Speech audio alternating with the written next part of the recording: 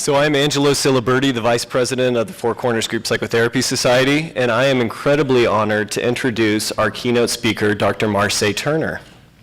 Dr. Marcée Turner is a psychologist at the University Counseling Center at Florida State University. She earned her Ph.D. in counseling psychology from the University of Notre Dame in 2011. Her clinical work is founded in client-centered principles in working with individuals, couples, and groups. She served as the Arizona State University Clinical Seminar Group Coordinator from 2013 to 2015 and currently co-facilitates the Florida State University Doctoral Practicum Program Diversity Seminar. She is also the co-chair of the Racial and Ethnic Diversity Special Interest Group of the American Group Psychotherapy Association. She has collaboratively facilitated several AGPA annual meeting workshops which have focused on the impact of racism and power dynamics. Her professional interests include multicultural therapeutic interventions and competence, training and supervision, and group therapy. Please join me in welcoming Dr. Marcée Turner.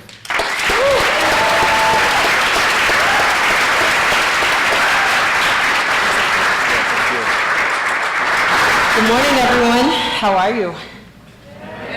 Good. So because I was sitting in the front row, I'm going to try to stay a little bit close over here. I'm typically a walker. You all didn't get to see my face, but what happened was I went, there's a typo in the title. So welcome to my very first keynote experience, and I realized there's a typo in the title. I apologize. I am definitely a person who thinks about self-compassion and thinks about, we do the best that we can do.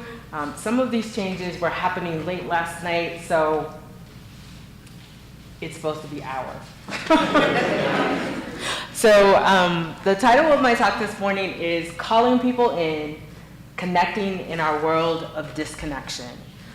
Who can tell me a little bit about calling people in? What does that concept mean? Folks who don't know? Yes? Like meeting people where they're at so that you can actually start to have an impact and bring them closer in. I think of meeting people where they're at. Okay, that's great. Anyone else? Yes? I think of it as pointing out what's going on in a way of like, well, we are all in this, like this is the same air we breathe, same water we drink. Yes. And so self-identifying with it, but also pointing out what's problematic about it. Yes. So yes? No, sorry, go ahead. No, go ahead.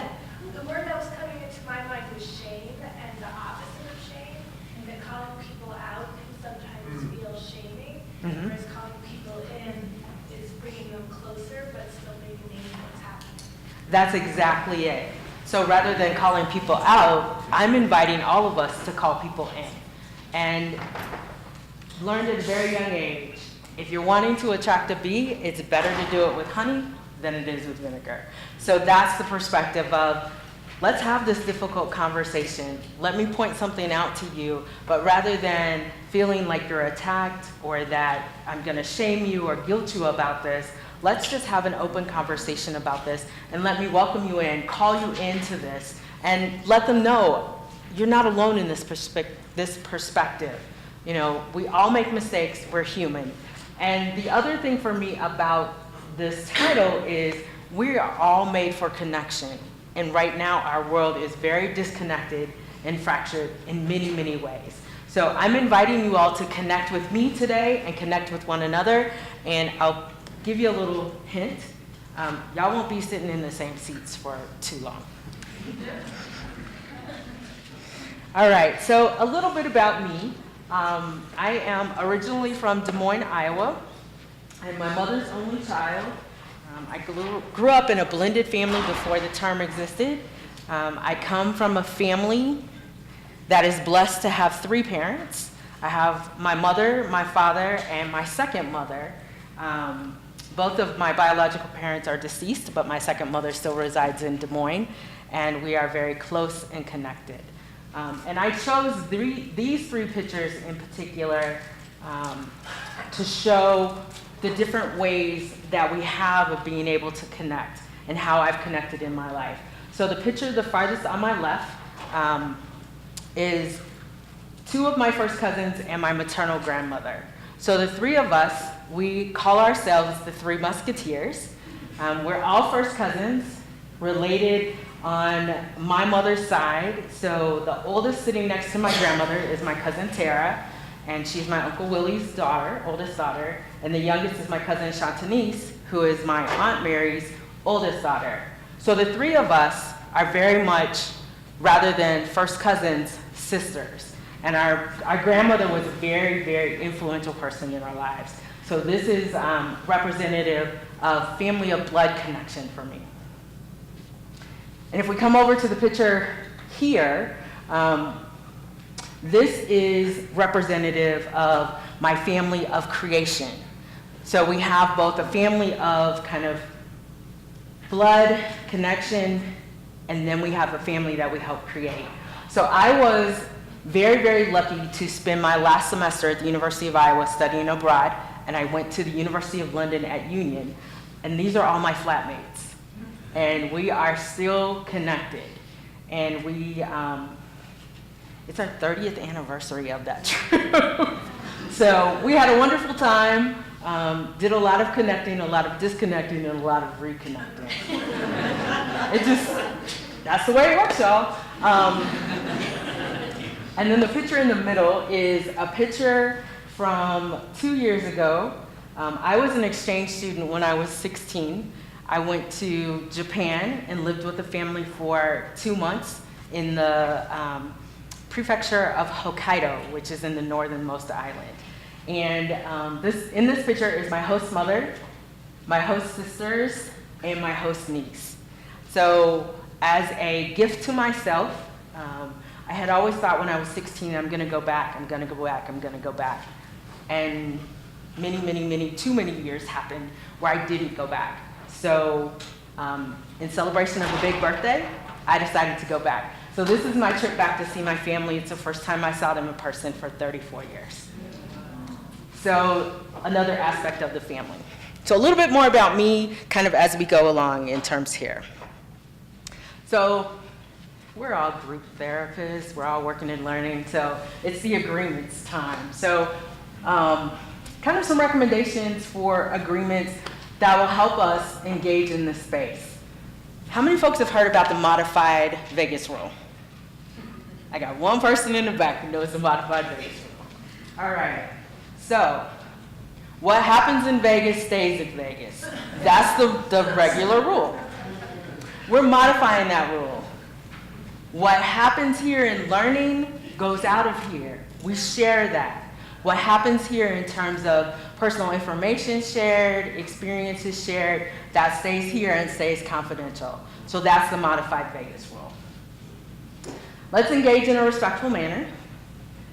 Agree to disagree, also in a respectful manner. Sometimes that, for me, is the whole point of it. We're gonna disagree about things. Disagreement's okay, it's fine. It's how we handle it. Let's handle it in a respectful manner. Everyone's experience is valued. Your experience can be very different than my experience, can be very different than someone else's experience. We're all individuals, so we're all going to have different experiences. No one's is greater or lesser than anyone else's. They just happen to be different. Working toward a brave space rather than a safe space. So if I say safe space, what kind of comes to mind for you all? No microaggressions are going to happen. No microaggressions are going to happen? Do I see a hand back there? Nope. Anybody else? What do y'all think? There's no Safe risk. space. No risk. Safe. No discomfort. No discomfort. I can't talk if I'm not sure what my impact will be. Okay. So it kind of shuts you down in terms of that. Well, I really like this concept because we can truly never create a safe space. Because we don't know what we all need for our space to be safe, and we can work toward creating a safer space. And that's what I'd like us to do. However, I'd like us also to help create this brave space of here's the place where I can speak out, I can say whatever it is on my mind. I don't have to be correct. It can be okay that I'm not absolutely 100% of it. It'll invite me to take that risk and say, you know, I'm not quite sure about this, and I'm gonna try it. I'm gonna try it. Challenge to choice and comfort level. So we're all gonna have some experiences that are gonna give us some opportunities to take a chance to step outside our comfort zones. I'm a person who believes that our learning and our experience and our growth is outside our comfort zones. However, that doesn't mean that you have to go 100 miles outside your comfort zone. Can you step 100 feet outside your comfort zone? Can you broaden that out and push that out a little bit? So I invite you today and tomorrow to challenge your comfort zones, to move in and out. Don't come back in the comfort zone and stay and be like, I'm good. Keep challenging, keep challenging. So non-judgment of self and others. We all know as therapists, mental health professionals, individuals as human beings are our most critical of ourselves. And I am definitely a component of self-care, someone who attempts to and am returning to a 2-hour massage a month as my self-care, and self-compassion. So that's my invitation, to be compassionate with ourselves and not judging ourselves or others. Has anyone else heard of this concept called oops and ouch? Okay, a couple of folks at oops and ouch. So I'm gonna ask you all to help me out. Can you tell me your name, please? Lena. Lena. Can you tell me oops or ouch, either one that you want to select? Let's do ouch. So you said something or you did something, maybe that could be classified as like a microaggression or just in general that might have upset me, offended me, brought discomfort. I have the right to say ouch. That doesn't sit with me well. Yep. Gayana, you were my other person. Hi. I'm glad you're here. Thank you. Good to see you. Well, ouch is probably the one I'm more familiar with. Okay. So I would second what you said. And for oops, I've seen oops done, and I've probably done it too. Likely I've done it. And when I've seen it done, it's like, that just came out of me. And now I see, now that it's outside of me, that probably wasn't the thing I meant to say. Yep. Or maybe it was the thing I meant to say, and now I'm like, oh, that's inside of me. Or it was the thing that I meant to say, but it came out in the way that I didn't quite mean to say it. Yeah. It was a little too harsh, or it really, the difference between intent and impact. My intent was one thing, but my impact was something totally different. So a group experience for me with this concept of oops and ouch is I was facilitating my group, and toward the end of group, we do a checkout, and one of my members was like, I have to tell you, Marcée, I had an ouch moment. And I was like, oh, please share with me. What happened? Let me take responsibility for that, and let's address it. And so she has a name that sounds very familiar to someone else's name. And so I misnamed her and completely had no idea that that had happened. And so when she was able to bring it up, I was able to say, oops, and I was able to say, I really apologize for that. Thank you so much for correcting me. If that ever happens again, please, if you're able to, in the moment, let me know, and we'll be able to address it right then and there. So that's the concept of oops and ouch. Recognition that we all learn differently. You know, we learn by experience, we learn by reading, we learn by writing. So with a group of us this large, we have different learning styles. And I also think learning is very intersectional. In some areas, I can learn very well in a specific way. If you want me to kind of learn about history, the best thing for me to do is kind of read it and watch it. If you want me, like my father wanted me to do, when I was younger, I had a car that had a starter that you're driving along and all of a sudden it might stop. So it was very important for my father to teach me how to take a screwdriver, go under the hood, and pop it to start it. And I was like, okay, Daddy, I'll learn it. Never thinking I was using it until about 2 in the morning, where I am on the other side of town, and my car stops, and there's no one around. So I open the glove box, open the hood, I pop it, and I promptly go home and say, thank you so much, Daddy, for teaching me how to do that. So just that recognition. Acknowledge that all learning and growth are a continual process. We are all on a journey. And things that we do and learn today, we're gonna continue to do and learn. And it may be this time next year where we're like, oh yeah, I did find out something about that. Bless you. Are there any others that I may have forgotten that would be in agreement for today? Yes? I like the pass rule. If you don't feel comfortable with sharing something that somebody's asked you a question about, practicing good self-care and being able to pass on it. Yes, the pass. Yes. Move up, move back.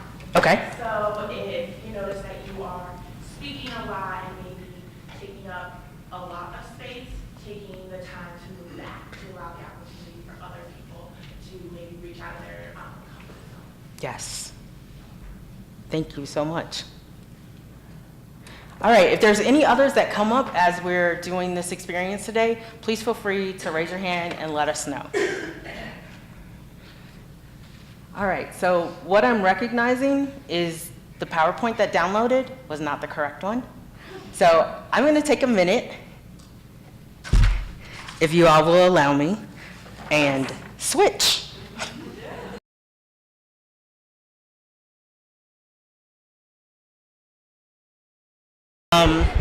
But are you willing to connect with me right now? Yes. Awesome. What can make it harder for us to connect? Shame? If you're present or not. If you're, okay, if you're present or not. Can we have one more? Fear. Yes. All of those things may keep us from connecting. Do we want to connect? I want to connect with you all, and I would think that you all want to connect either with me, with someone else, with some other concept, which is why you're here. What other questions do you think it's important for us to ask, if any? Has everyone turned off their cell phones? Yes. Now, I think I did turn off my cell phone, and it's up here on the podium. If it rings, I'm going to be very, very embarrassed. What drives connection? Why do we want to be connected? Say that a little bit louder. It's good for our health. It's good for our health. Belonging. Say it again. Belonging. Okay. Regulates our nervous system. Survival. Yes, survival. We need one another to survive. That's why it's important for us to connect. With whom do we typically connect?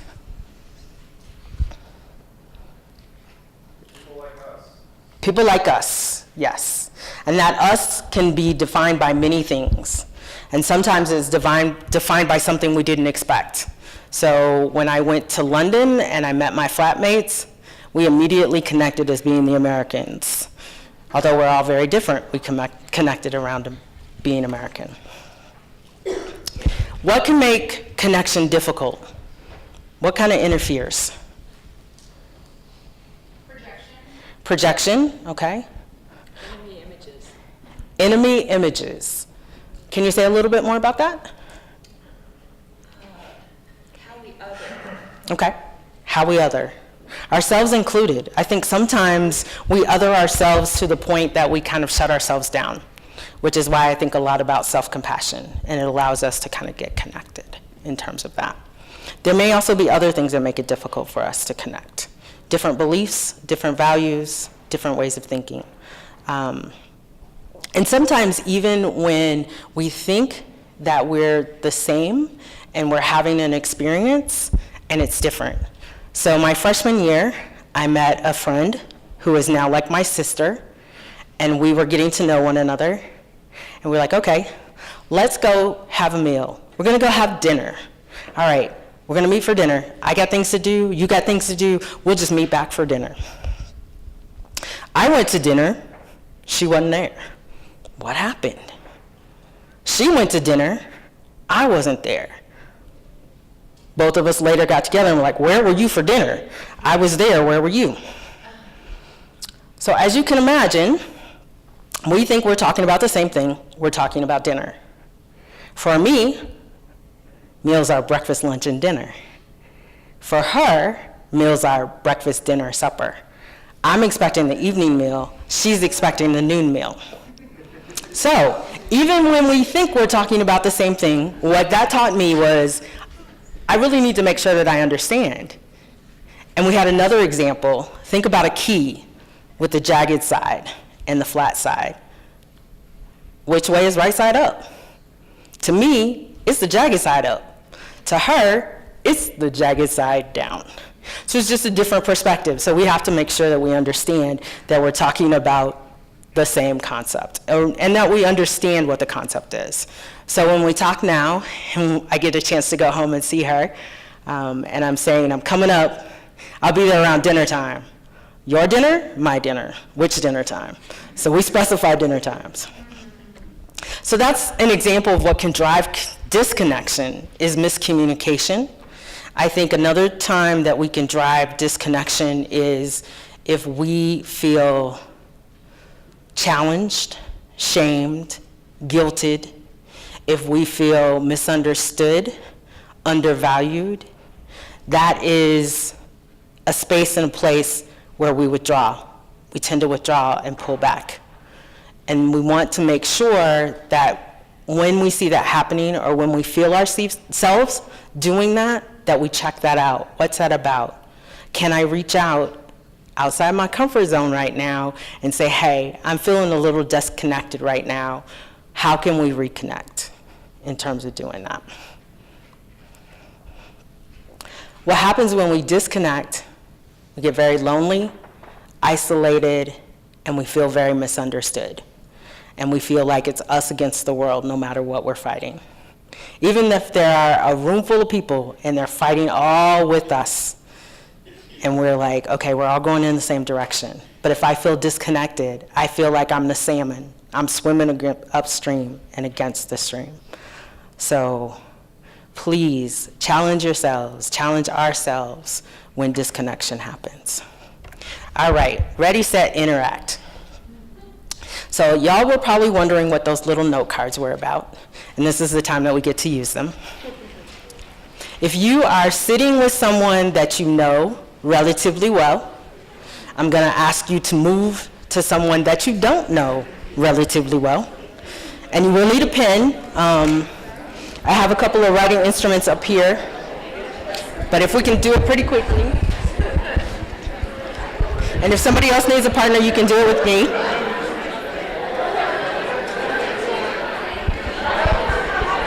Okay, so in the interest of time, we're going to keep this moving, and we're going to shorten it. Yes, there you go. You're welcome. All right, so here's the experimental activity, and here's the directions. You're going to need the directions. So the directions are, this activity is what's called a silent interview. So we are not talking, we are not verbally or non-verbally communicating with one another. This is a silent interview. So, in the interest of time, we're just going to do the top 4. And what you're doing, silently interviewing your partner. So, you're partnered up with groups, and you're going to answer these top 4 questions. And you answer the question based on what you believe your partner's answer is. However, you cannot speak to them. You cannot non-verbally interact with them. So I'm going to pick on Philip, because Philip and I are facilitating a little bit later. So I think I know Philip a little better, so it's unfair for me to do this. But if I didn't know him, I might think that his favorite activity is swimming. So on my paper, I'm going to write down swimming, because that's what I think Philip's favorite activity is. So that's what you're doing for the first 4. So number 1 through 4.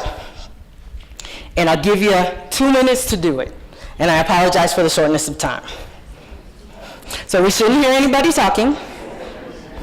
Shh. It's a silent interview.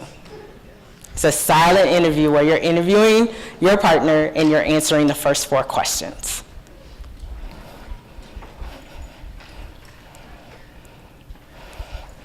And it's a simultaneous interview because we got 2 minutes to do it. So you're simultaneously interviewing one another silently. No nonverbals either.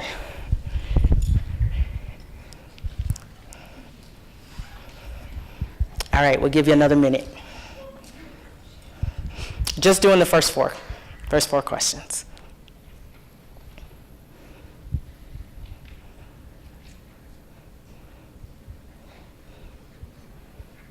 All right, we got 30 seconds.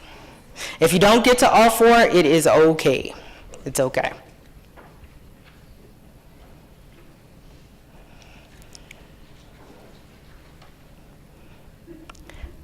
All right, so 1, 2, 3, 4.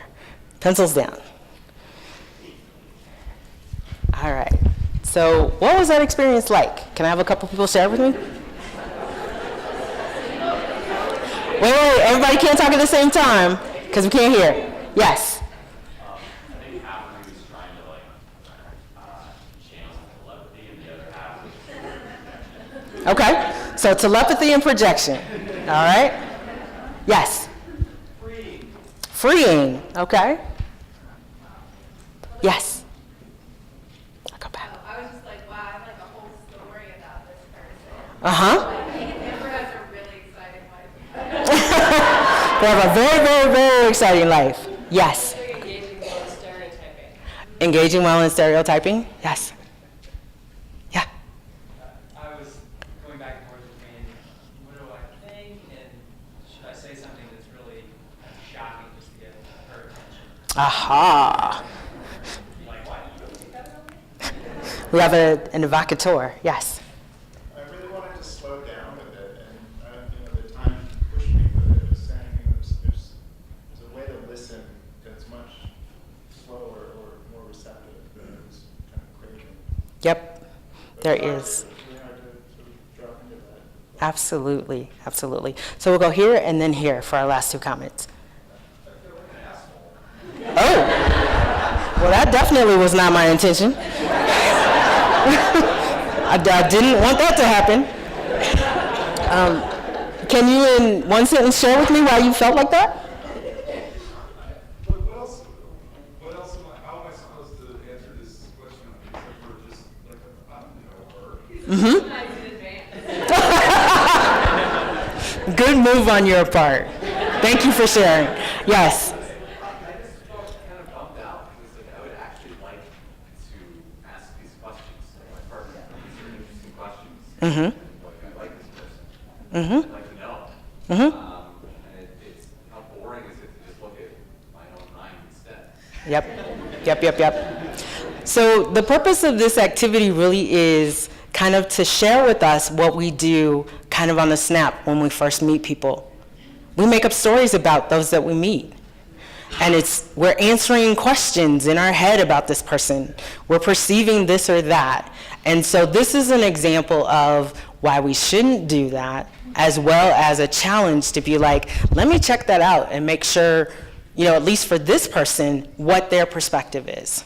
And again, that brings up the difference between intent and impact. It also brings up the difference between what I said and what my partner may have understood. And so just a good reminder of that. This is self-awareness, and I was going to do another activity, but we're going to cut that particular activity out, but you can do it a little bit later. I was going to have you all turn the card over, fold it in half, either horizontally or vertically, and we were going to do a quick exercise around ourselves, what is apparent to other people, and what is hidden to other people. So a little bit later, maybe at some point during the conference, if you have a chance to do that, or if you want to talk more about it, please feel free to come up to me and we'll talk some more about it. And it was basically going to be an experience looking at our iceberg here. Everyone knows that with an iceberg, what's above the water level is a very tiny, minuscule part. That most of the iceberg, probably 85 to 90% of the iceberg is below the water level. It's the same thing with us. There are certain things that are happening above the water level that people are like, yes, I know this about this person. I can see what I believe to be is their gender, what I believe to be is their race. That doesn't mean that we're correct. And I can believe what physical activity level, race, ethnicity, and there are others that fit there, would not fit on the slide. However, 90% of our experience is below the water level. And the only way that someone will get to know below the water level is if we connect and share with them what is below the water level. So again, just a reminder for what happens there. For example, if I had not shared with you all that I have 3 parents, that's a very unique experience of having 3 parents. You wouldn't have known that unless I shared that with you. There are other things that we don't know about people unless they share it with us. So that's that activity. So this is more thinking along what are the visible and invisible differences? What are our visible abilities and disabilities? And I want to make a slight caveat on this. I was working at Arizona State University, and I worked on the 3rd floor, and we had an elevator that went from the 1st to the 3rd floor. And many people would get upset with people, like frowns on their faces, like visual attitudes, when someone stepped on the elevator and took the elevator to the 2nd floor. Why does this person get on the elevator and take it to the 2nd floor? However, what was pointed out to us, and what people didn't know, perhaps that person has an invisible disability. Perhaps they're not able to walk the stairs.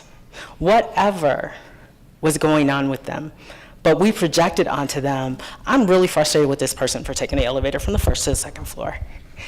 It's all right for people to take from the 1st to the 2nd floor. People have reasons for what they do. We all do. And we don't have to explain them. Let's give folks grace and believe that they're doing what they need to do when they need to do it because they need to do it. Now, sometimes we want to challenge that, but that's the perspective. Quick ways to build trust. There are behavioral ways, there are cognitive ways, there are affective ways. Building trust is a time-building endeavor. It takes experiences. It takes missteps. And unfortunately, in our society today, a lot of us want to be instantaneous friends, instantaneous close buds. We've known one another for 2 days. Let's slow down. Let's give ourselves that time. Let's get to know us as well in the midst of that, as well as getting to know the other person. So there's just some ideas on ways that we can do that. How to strengthen bonds through connection. I loved it when you said, I really want to know more about this person. I'm curious about him. I want to ask those questions. Yes, please ask those questions. However, please be aware that sometimes how you ask the question can be very, very important and potentially challenging, and potentially your impact is going to be different than your intent. So just try to be very conscious about those things. And if we have an oops or an ouch moment, let's claim it. We're wanting to connect. We want to know what this person likes and does, and we want to connect with them. But sometimes in our attempts to connect, we actually disconnect. So let's kind of watch out for that. Sharing about yourself is a really important one. Some of us like to share about ourselves a little too much. When it's a 90%, 10% conversation, or we're moving that way, it's a little too much. But absolutely share about yourself. The other side also happens, and you have to be careful of this when you're interacting with someone.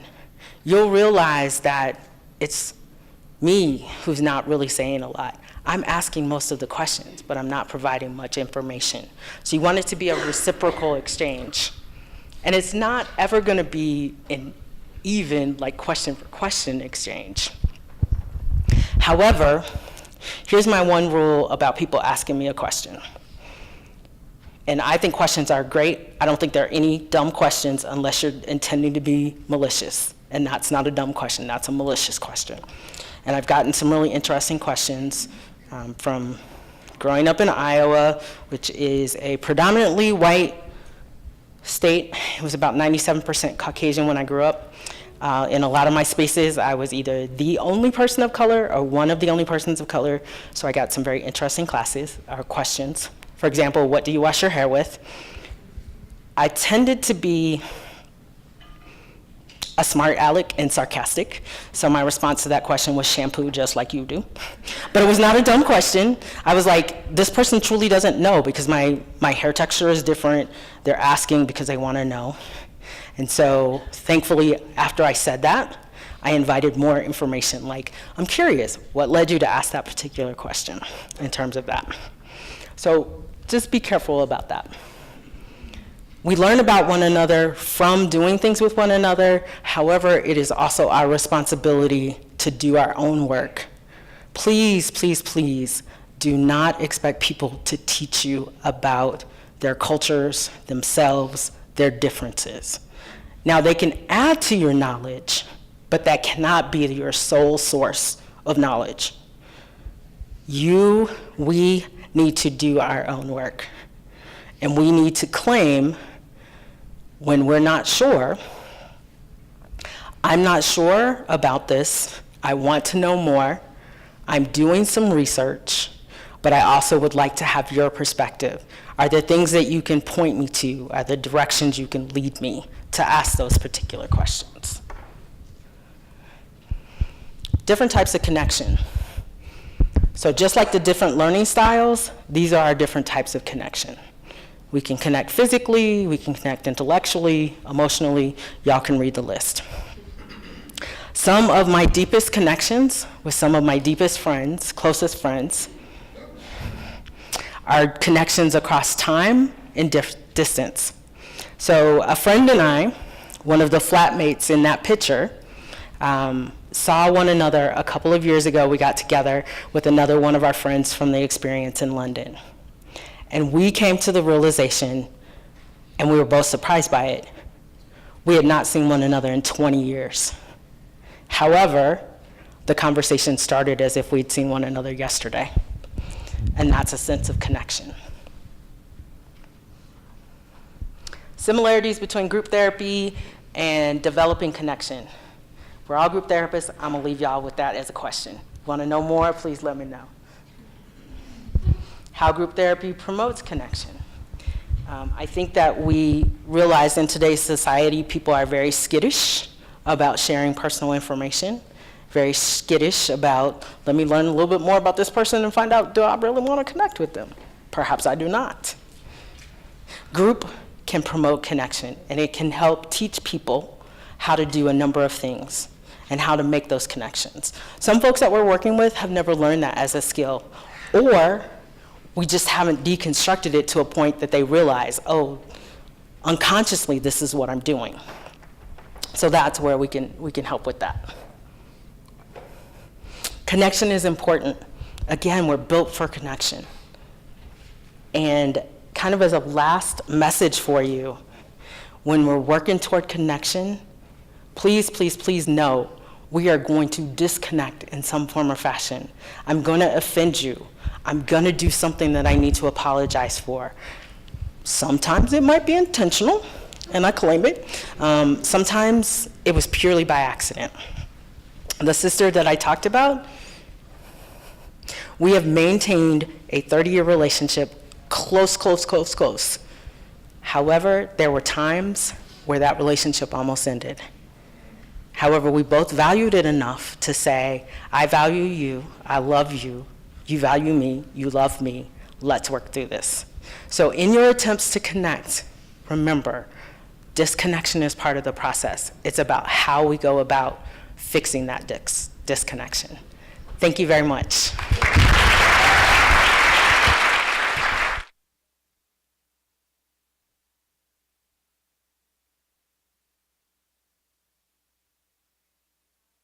Maybe about 5 minutes for questions. Anyone have a question? Yes, in the back. Excuse me, I'm sorry, I didn't hear you. Can you say it again? Have you ever heard the concept person-first language? I have. That's kind of my favorite thing ever. You want to talk about that? So person-first language is a way that I hope that I show up in the world, and I do sometimes and I don't sometimes. It is a way of how we describe something about the person first rather than the person. So an autistic child is not person-first language. A child with autism is person-first language. An alcoholic is not person-first language. An individual with a problem or difficulty with alcohol is. So in that person first, the person comes first. And there's some pushback a little bit now because people are saying, I'm just glad that they're talking about the concept. However, I need people to realize, and we all need to realize, that being human, we want to be acknowledged that we're a person and we're a person first. And I see it all the time on Facebook. And so I see this lovely thing and they're talking about this and I'm like, that's great. And then I post, thank you for posting. Next time, can you use person first language? Here's the example. And it's something new. So, you know, like anything new, we're practicing. All right, how about one more question? Yes? I wanted to comment on that, something really interesting. Somebody in the deaf community was telling me that they actually love to claim that first as a way of like causal connection being part of it. Mm-hmm. And that she was questioning this concept. Mm-hmm. So the comment was that for some people, claiming that first is very important to them and it is an important aspect of who they are. And I think for me, my go-to is that I'll use person-first language first, and if the person corrects me or says that they have an issue or concern with it, I will adjust.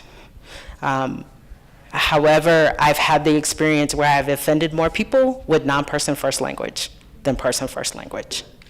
So again, thank you all very much. I apologize for the errors and mistakes, but please feel free to ask me any questions that you might have. And if after the conference you have questions, I'm at Florida State University and you can find my email address actually on the website. Thank you.